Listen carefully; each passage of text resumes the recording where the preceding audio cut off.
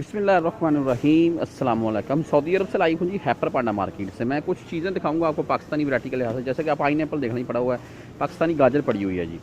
पहले तो आपको इसके प्राइस दिखा दूँ, यहाँ पर लिखे होंगे, आप देख रहे हैं, गौर कीजिए। 16 रियाल में 1 किलो पाकिस्तानी गाजर। अभी आप ज़रब दीजिए इनको पाकिस्तानी प्राइस के लिहाज से, तो ये गालबन जी 850 तो बनेंगे जी।